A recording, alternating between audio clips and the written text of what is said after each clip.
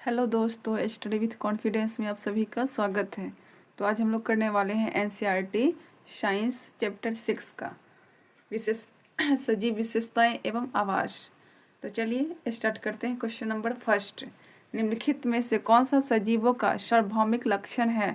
Option A उड़ना, option B प्रकाश उत्पन्न करना, ऑप्शन सी वृद्धि एवं विकास करना, ऑप्शन डी हरा रंग होना। तो इसका सही आंसर हो जाएगा ऑप्शन सी, हरा वृद्धि एवं विकास करना। क्वेश्चन नंबर 2, सजीवों में भोजन से ऊर्जा प्राप्त करने की प्रक्रिया कहलाती है? ऑप्शन ए प्रजनन, ऑप्शन बी श्वसन, ऑप्शन सी उत्सर्जन, ऑप्शन डी वृद्धि। तो इसका सही आंसर हो जाएगा ऑप्शन बी श्वसन।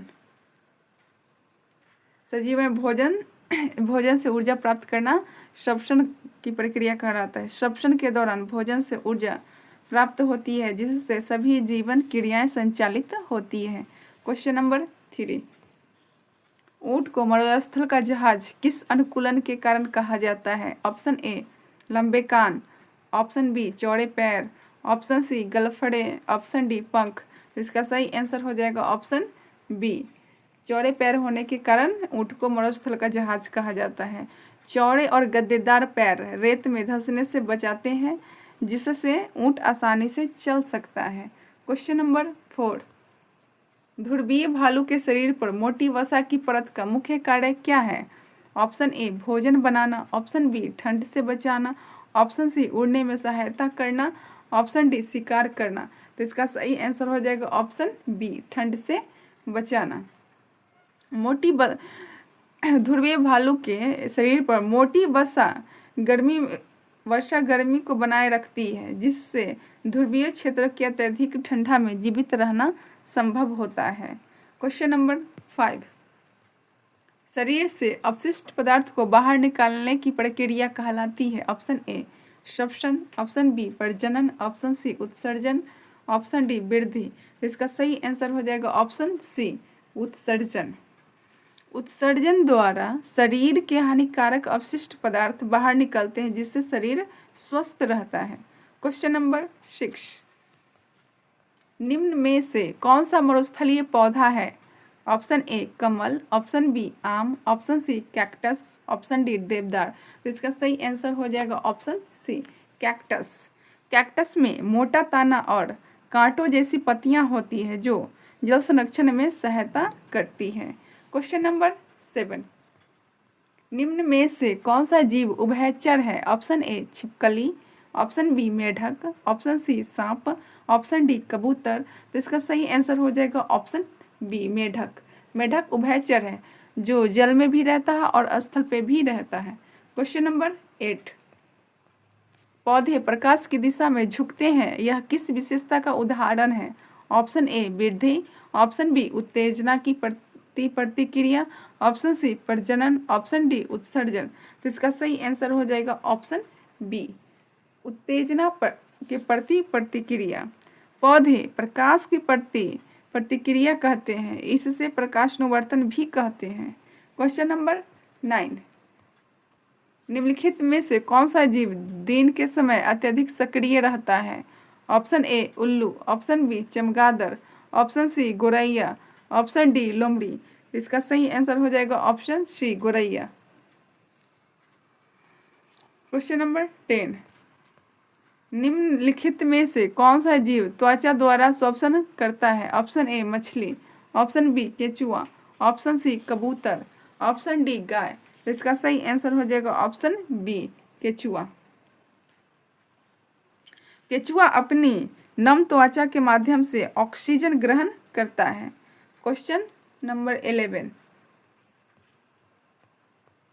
कैक्टस के हरे तने का मुख्य कार्य क्या है? ऑप्शन ए जल को बाहर निकालना, ऑप्शन बी प्रकाश संश्लेषण करना, ऑप्शन सी बीज बनाना, ऑप्शन डी फूल बनाना। तो इसका सही आंसर हो जाएगा ऑप्शन बी प्रकाश संश्लेषण करना। क्वेश्चन नंबर, कैक्टस के हरे तने का मुख्य कार्य है प्रकाश संश्लेषण करना। कैक्टस में पत्तियां कांटों में बदल जाती है इसलिए हरा तना ही भोजन बनाता है। क्वेश्चन नंबर 12, क्वेश्चन का टाइप नंबर 2, कथन और कारण। कथन ए, सभी सजीव श्वसन करते हैं। कारण सुनिए, और श्वसन से सजीवों को ऊर्जा प्राप्त होती है। निर्देश सुनिए। ऑप्शन ए, कथन ए और कारण आर दोनों सही हैं तथा आर ए की सही व्याख्या करता है।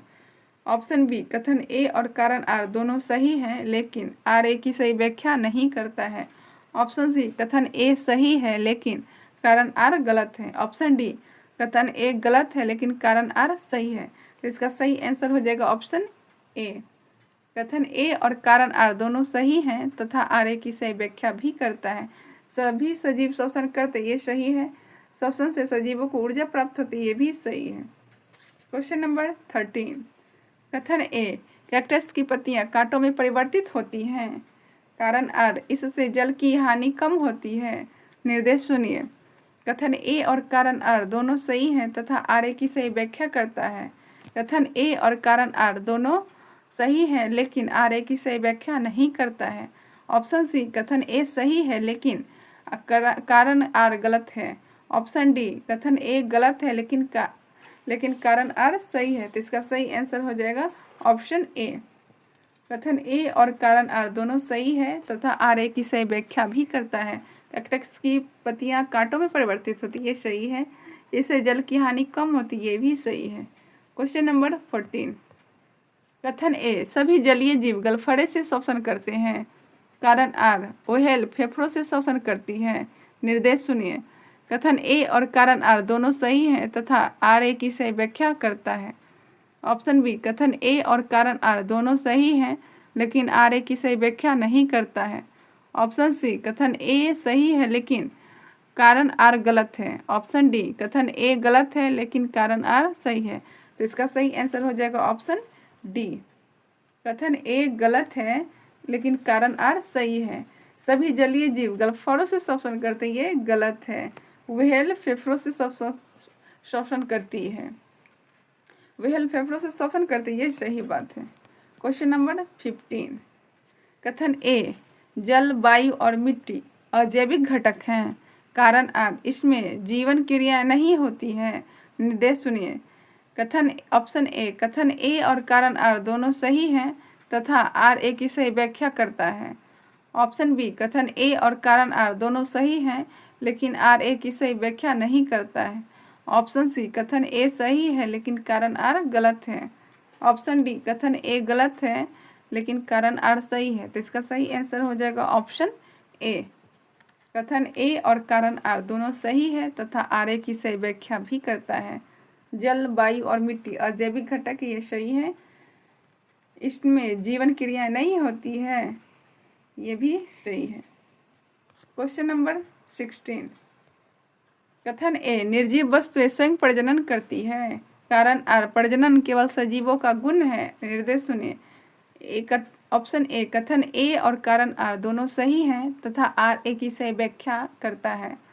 ऑप्शन बी, कथन ए और कारण आर दोनों सही हैं लेकिन आर ए की सही व्याख्या नहीं करता है। ऑप्शन सी, कथन ए सही है लेकिन कारण आर गलत है। ऑप्शन डी, कथन ए गलत है लेकिन कारण आर सही है। इसका सही आंसर हो जाएगा ऑप्शन डी। कथन ए गलत है लेकिन कारण आर सही है। निर्जीव वस्तु स्वयं प्रजनन करती है, गलत है।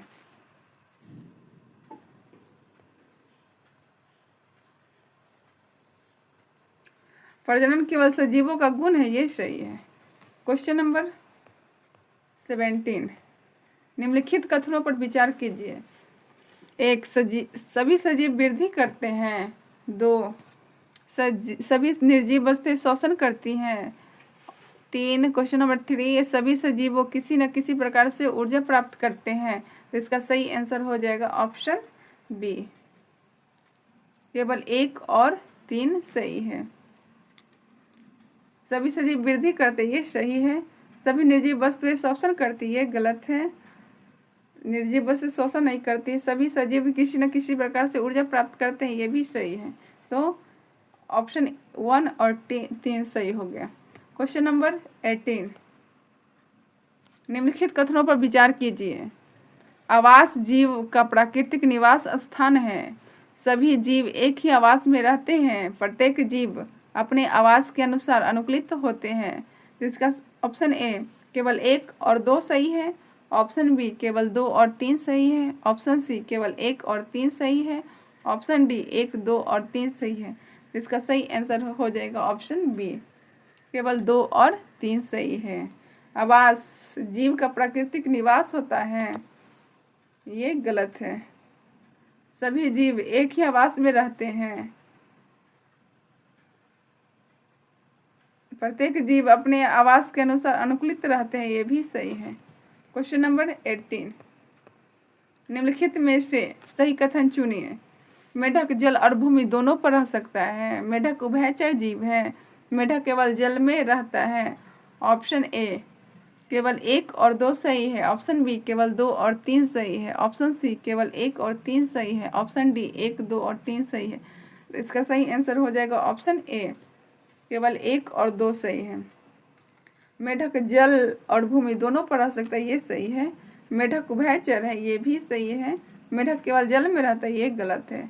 मेढक स्थल पर भी रहता है। क्वेश्चन नंबर 20, निम्नलिखित में से सही कथन चुनिए। सजीव वृद्धि, श्वसन और उत्सर्जन करते हैं। निर्जीव वस्तुएं में जीवन क्रियाएं नहीं होती हैं। जीवन क्रियाएं ही सजीवों की पहचान है। तो इसका सही आंसर हो जाएगा ऑप्शन ए। इसका सही ऑप्शन ए केवल 1 और 2 सही है, ऑप्शन बी केवल 2 और 3 सही है, ऑप्शन सी 1, 2 और 3 सही है, ऑप्शन डी केवल 1 और 3 सही है। तो इसका सही आंसर हो जाएगा ऑप्शन सी, 1, 2 और 3 सही है। सभी सजीव वृद्धि, श्वसन और उत्सर्जन करते, ये सही है। निर्जीव वस्तुओं में जीवन क्रिया नहीं होती हैं, ये सही है। जीवन क्रियाएं ही सजीवों की पहचान है, ये भी सही है। क्वेश्चन नंबर 21, निम्नलिखित कथनों पर विचार कीजिए। ऊंट की लंबे पलकें रेत की आंखों की रक्षा करती है। 2, ऊंट के चौड़े पैर रेत पर चलने में सहायता होते हैं। 3, ऊंट का कुबर पानी का भंडार होता है। ऑप्शन ए केवल 1 और 2 सही है, ऑप्शन बी केवल 2 और 3 सही है, ऑप्शन सी 1 और 3 सही है, ऑप्शन डी 1, 2 और 3 सही है। तो इसका सही आंसर हो जाएगा ऑप्शन ए, केवल 1 और 2 सही है। ऊंट की लंबे पलकें रेत से आंखों की रक्षा करती, ये सही है। ऊंट के चौड़े पैर रेत पर चलने में सहायता होते हैं, ये भी सही है। ऊंट का कुबर पानी का भंडार होता है, ये गलत है। क्वेश्चन नंबर 22, मिलान कीजिए। जैविक घटक, अजैविक घटक। जैविक घटक इसमें कौन है और अजैविक घटक कौन है? वायु क्या है, घास क्या है? तो चलिए मिलान करते हैं। जैविक घटक में आ जाएगा पौधा, अजैविक घटक में आ जाएगा मिट्टी, वायु हो जाएगा अजैविक, घास हो जाएगा जैविक।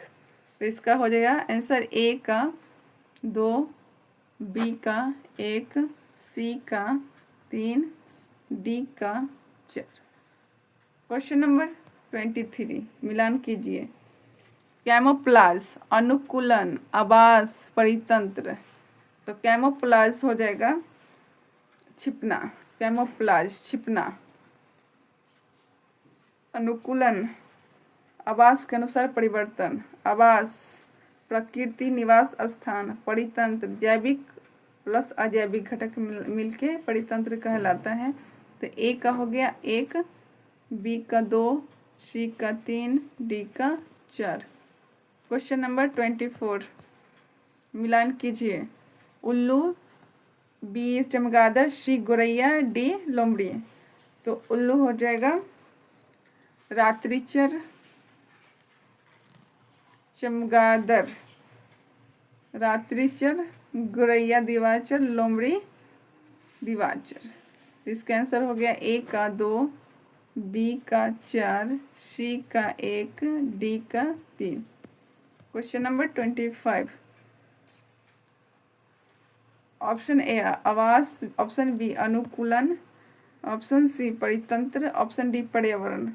तो आवास में हो जाएगा प्राकृतिक निवास स्थान, अनुकूलन, विशेष परिवर्तन, परितंत्र, जैविक प्लस अजैविक घटक, पर्यावरण, आसपास की सभी परिस्थितियाँ।